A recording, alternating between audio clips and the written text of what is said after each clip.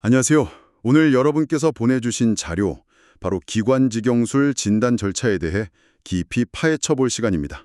네, 안녕하세요. 흥미로운 주제죠. 저희가 오늘 살펴볼 자료는 이 분야의 아주 전문적인 의학 텍스트인데요. 뭐랄까, 좀 복잡해 보이는 시술들이 많이 나오더라고요. 네, 용어들이 좀 낯설 수 있죠. 그래서 오늘 저희 목표는 이 기술들이 대체 뭐고, 어떻게 작동하는지, 또 의사들은 왜 이런 방법을 쓰는지 좀 명확하게 알아보는 겁니다. 좋습니다. 한번 제대로 파헤쳐보죠. 마치 그 수술 없이 폐 속을 들여다보는 그런 놀라운 도구들의 세계를 탐험하는 느낌이랄까요? 아니, 어떻게 폐 속을 그냥 보지 싶으셨다면 바로 그 점을 오늘 속 시원하게 알아보겠습니다. 시작해볼까요? 네, 좋습니다. 자, 그럼 가장 기본부터 시작하죠. 기관지경술, 이게 정확히 뭔가요?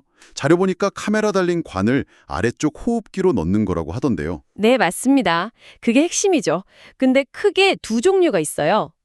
관의 재질이나 특성에 따라 나뉘는데 하나는 유연성 기관지경, 그러니까 부드럽게 휘어지는 거고요. 아, 휘어지는 거요? 네, 다른 하나는 좀 단단한 경직성 기관지경입니다. 실제로는 대부분 유연성 기관지경을 훨씬 많이 써요. 아, 그래요? 왜죠? 이게 훨씬 더 구석구석, 그러니까 폐의 더 깊은 곳, 말단 부분까지 접근할 수 있거든요. 아하, 유연하니까 더 멀리 갈 수 있군요. 그러면 그 단단한 경직성 기관지경은 잘 안 쓰나요? 뭔가 좀 제한적일 것 같은데. 네, 맞아요. 들어갈 수 있는 범위가 이제 중심 기도, 그러니까 굵은 기관이나 큰 기관지에 좀 국한되죠.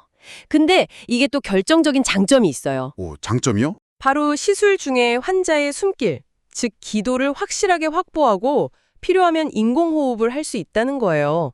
폐쇄회로나 개방제트 환기 같은 걸로요. 아, 안전 확보 차원에서요? 그렇죠.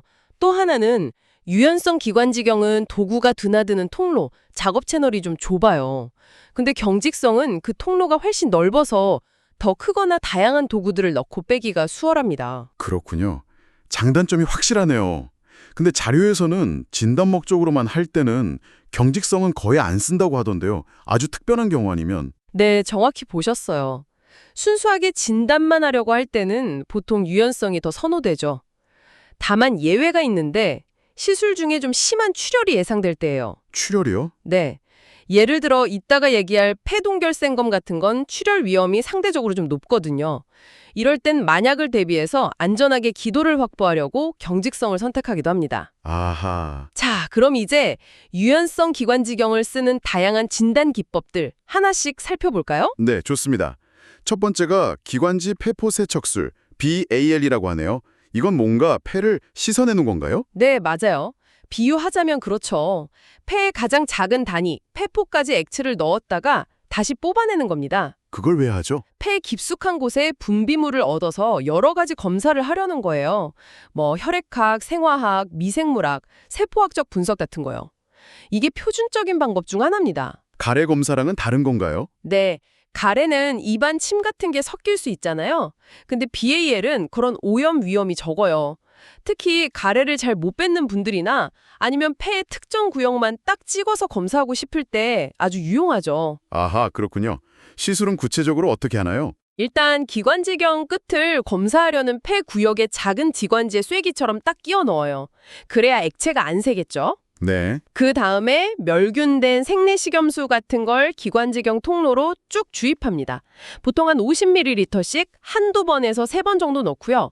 그리고 바로 흡인기로 가능한 많은 액체를 다시 뽑아내는 거죠. 와, 그렇게 해서 직접 볼 수 없는 폐포 수준의 정보를 얻는 거군요. 그렇죠. 폐 말단이나 폐실질 자체를 간접적으로 검사하는 거예요. 아, 그리고 폐포 출혈이 의심될 때 재미있는 게 있어요. 네. 같은 부위에서 BAL을 여러 번 반복하면 세척액에 나오는 적혈구 수가 점점 늘면서 액체 색깔이 눈에 띄게 점점 붉어져요. 이게 출혈 진단의 중요한 단서가 됩니다. 오, 흥미로운데요? 자, 다음은 솔질과 기관진의 생검이네요. 솔질은 이름 그대로 솔로 문지르는 건가요, 정말? 네, 개념은 아주 비슷해요. 작은 솔을 기관지경으로 넣어서 기관지 벽 표면을 살살 문지르는 거죠. 아, 정말 솔이군요. 네, 아주 간단하면서도 최소 침습적인 방법인데 이걸로 점막 표면의 미생물이나 세포를 채취해서 분석할 수 있습니다. 그럼 기관진의 생검은 솔질보다는 조금 더 적극적인 느낌인데요. 맞아요. 생검, 즉 바이옵시니까 조직을 조금 떼어내는 거죠. 기관지경으로 봤을 때 좀 이상해 보이는 기관지 점막이나 그 바로 밑 조직을 작은 집게, 겸자로 딱 집어서 채취하는 거예요. 아, 조직을 직접이요? 네, 이 조직으로 이제 병리과에서 현미경 검사를 해서 뭐 아밀로이드증이나 유육종증 같은 특정 질환을 진단하는 데 쓰이죠. 근데 폐결절 있는 흡연자한테 유전자 검사하는데도 술질 검체가 쓰인다. 이건 좀 놀라운데요? 아, 네. 이건 비교적 최근에 좀 흥미로운 활용법인데요. 폐에 결절이 있는데 이전 검사로는 암인지 아닌지 애매했던 흡연 환자들이 있어요. 네. 이런 분들한테 기관지 솔질로 얻은 세포에서 특정 유전자들 발현 패턴을 보는 상형 검사가 있습니다. 이걸로 폐암 확률을 다시 한번 추정해 보는 거죠. 확률을요? 네, 만약 검사 전에는 암 가능성이 어중간했는데 이 검사 결과 낮음으로 나오면 당장 수술 같은 거 하기보다는 영상 검사로 좀 더 지켜봐도 되겠다. 이렇게 좀 더 확신을 갖고 결정할 수 있게 도와주는 거죠. 와, 환자 입장에서는 불필요한 부담을 덜 수 있겠네요. 그렇죠. 자, 이제 좀 더 본격적으로 폐 조직 자체를 떼어내는 시술로 가보죠. 기관지경 폐생검, TBB라고 하네요. 이건 정말 폐포가 있는 실제 폐 조직을 얻는 건가요? 그렇습니다. 아까 기관지 내 생검은 기관지 벽 조직이었잖아요. 이건 기관지 벽을 넘어서 그 너머에 있는 폐 실질, 즉 폐포 조직을 얻는 거예요. 역시 작은 겸자를 쓰는데 이걸 폐포 공간까지 밀어 넣어서 조직 조각을 떼어내는 거죠. 이것도 그럼 특정 병변을 딱 노려서 할 때랑 그냥 폐 전치 상태를 보려고 무작위로 할 때랑 방법이 좀 다르겠네요. 네, 맞아요. 폐 결절처럼 딱 목표가 있으면 이따 나올 여러 영상 장비나 내비게이션 기술 도움을 받아서 정확한 위치를 찾아가서 하고요. 네.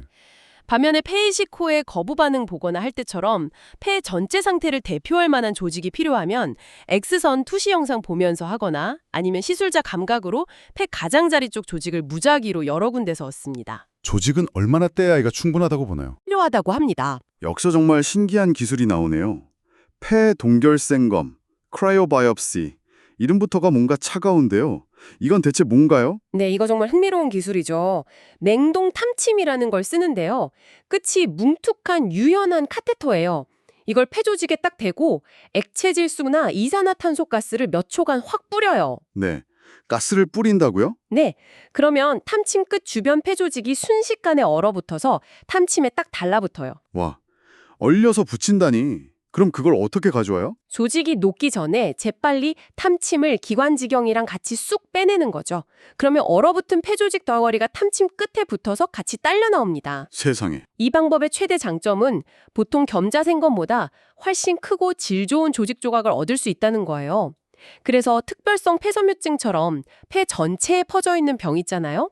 그런 병 진단에는 겸자생검보다 진단율이 훨씬 높다고 알려져 있어요. 와, 진단율이 높다니 엄청난 장점인데요. 혹시 단점은 없나요? 뭐 더 위험하다거나? 역시 예리하시네요.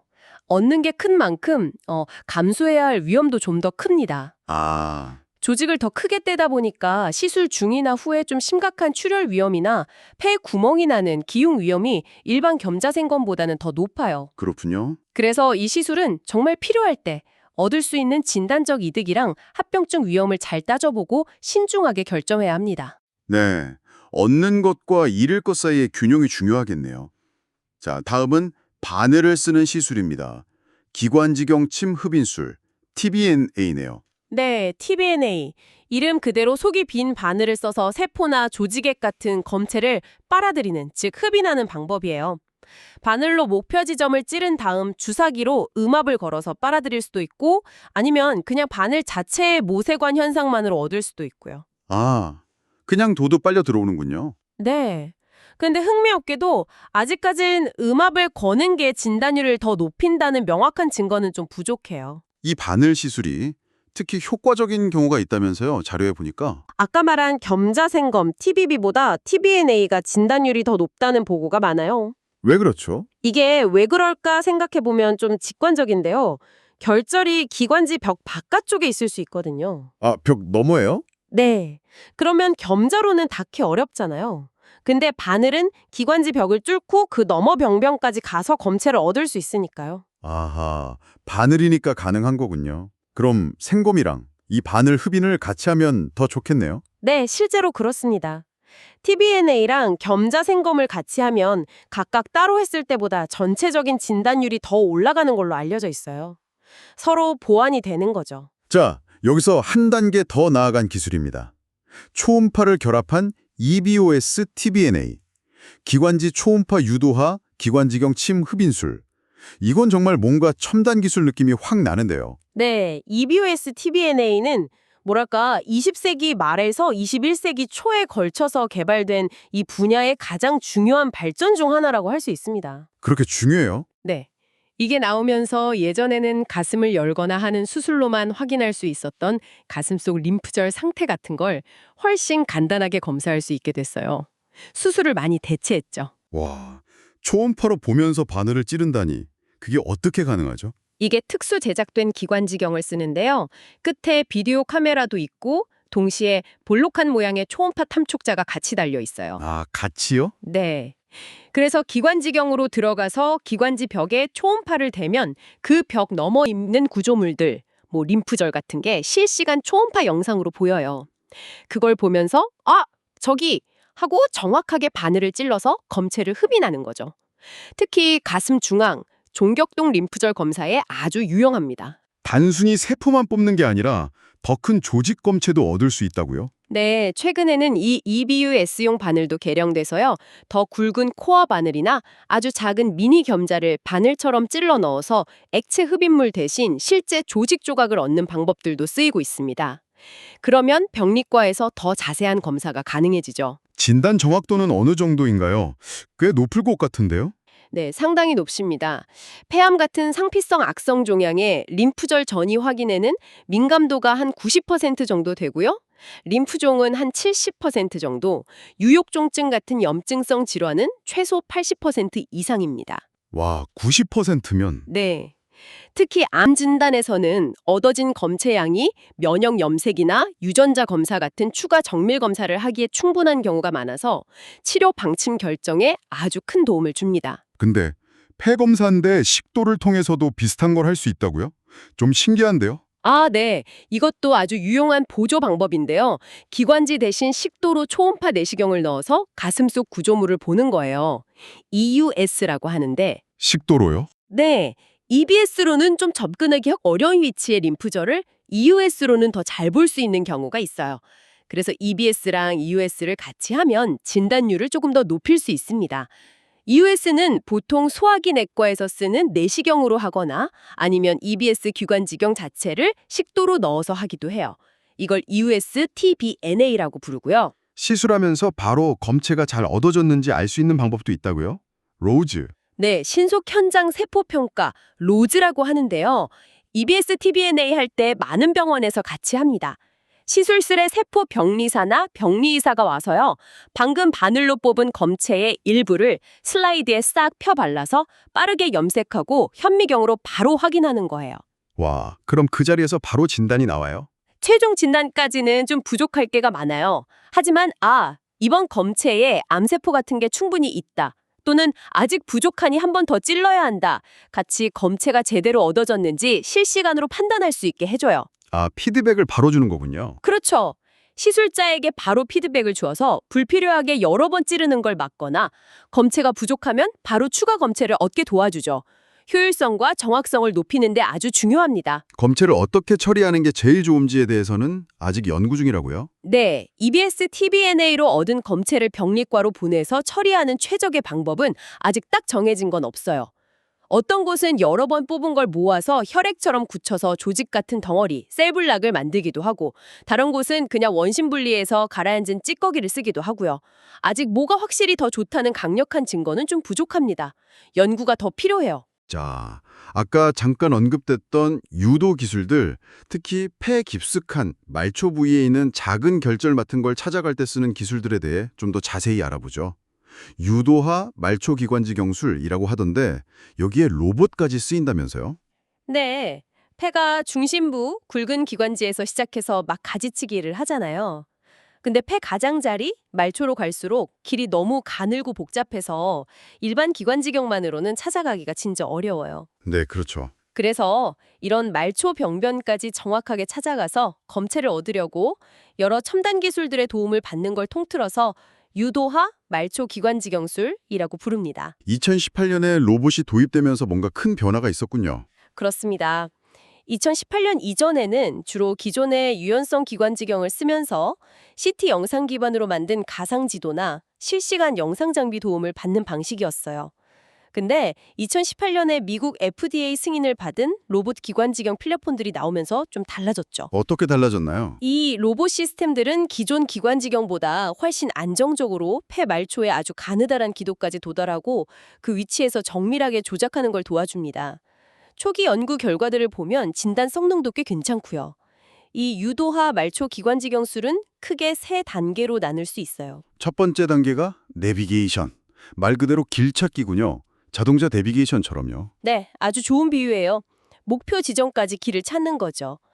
예를 들어 전자계 내비게이션 기관지경술 ENB라는 건 환자 몸 주변에 자기장을 만들고 기관지경 끝 센서 위치를 실시간으로 추적해서 마치 GPS처럼 CT 기반 3D 폐 지도 위에 현재 위치랑 갈 길을 보여줘요. 와, GPS처럼요? 네, 또 가상 기관지경술 VB는 실제 기관지경 화면 위에 CT 기반 가상 길 안내 지도를 겹쳐서 보여주기도 하고요. 최근 로봇 시스템에 들어간 형상 감지 기술도 결국은 이 복잡한 기도 안에서 정확한 경로를 찾아가도록 돕는 게 목표입니다. 길을 잘 찾아서 근처까지 갔어요. 그래도 정확히 여기가 맞는지 확인하는 게 중요하겠네요. 두 번째 단계, 위치 확인. 맞습니다. 내비게이션이 다 왔다 해도 그건 어디까지나 예전에 찍은 CT 기반 정보라서 실제 병변 위치랑 약간 오차가 있을 수 있거든요. 숨 쉬거나 자세 바꾸면 조금씩 움직이니까요. 그렇죠. 그래서 실시간으로 바로 여기다 확인하는 과정이 필요해요. 여기서 아주 유용한 게 방사형 초음파 RE버스예요. 아주 가느다란 초음파 탐침인데 기관지경 통로로 폐 말초까지 쑥 넣을 수 있어요. 이걸로 기관직 병 너머를 실시간 초음파로 보는 거죠. 실시간으로요? 네. 만약 초음파 영상에서 병변이 탐침을 동심원 모양으로 딱 둘러싸고 있는 모습, 불사이 사인이라고 하는데 그게 보이면 제대로 찾았다 확신할 수 있고 이럴 때 진단율이 아주 높다고 알려져 있습니다. 다른 위치 확인 방법도 있나요? 네. X선 투시 영상 같은 걸 실시간으로 보면서 내비게이션으로 찾은 위치를 미세 조정할 수도 있고요. 또 다른 첨단 기술로는 콘빔 CT, CBCT라는 게 있어요. 이건 이동형 CT 장비인데 시술 중에 환자가 숨을 딱 참는 동안 CT를 찍어서 검체 채취 도구가 병변 안에 정확히 들어갔는지 3차원적으로 확인하는 데 쓸 수 있습니다. 정말 정밀하네요. 자, 길도 찾고 위치도 확인했으니 마지막 단계는 당연히 검체 채취겠군요. 그래서 검체를 얻는 겁니다. 폐 말초 악성 결절의 경우 여러 연구를 보면 여전히 tBNA, 침 흡인술이 가장 높은 진단 민감도를 보이는 걸로 알려져 있어요.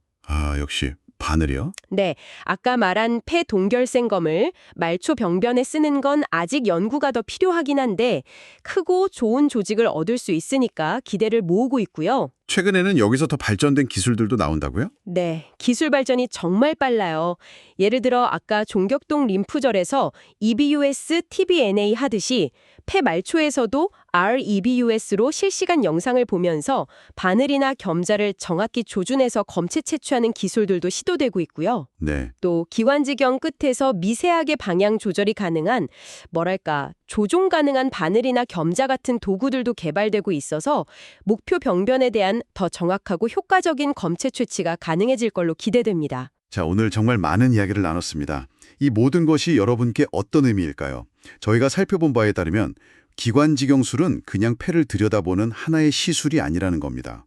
그렇죠. 네, 맞습니다. 폐를 세척하는 것부터 조직을 얼려서 떼고 심지어 폐 깊숙한 곳까지 GPS와 초음파, 로봇의 도움을 받아 찾아가는 정교한 기술들까지 정말 다양한 도구들이 있는 거죠. 알아내려는 질문에 맞춰서 최적의 도구를 선택하는 아주 고도로 발달된 진단 도구 모음인 셈이에요. 여기서 정말 흥미로운 점은 이 분야가 지금도 계속 진화하고 있다는 거예요. 처음에는 그냥 눈으로 보는 수준이었는데 초음파, 내비게이션, 로봇 기술이 더해지면서 점점 더 몸에 부담을 덜 주면서도 즉 최소 침습적으로 더 정확한 진단을 내리는 방향으로 가고 있죠. 네. 물론 아까 폐동결생검 얘기처럼 진단율을 높이는 것과 그에 따르는 위험 사이의 균형은 언제나 신중하게 고려해야 할 문제고요. 맞아요.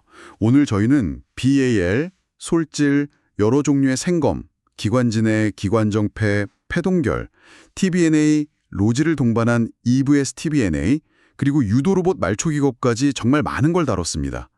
의사가 뭘 알아내야 하는지에 따라 각각의 역할이 다 다른 거죠. 마지막으로 한번 생각해 볼 만한 질문을 던져드리고 싶습니다.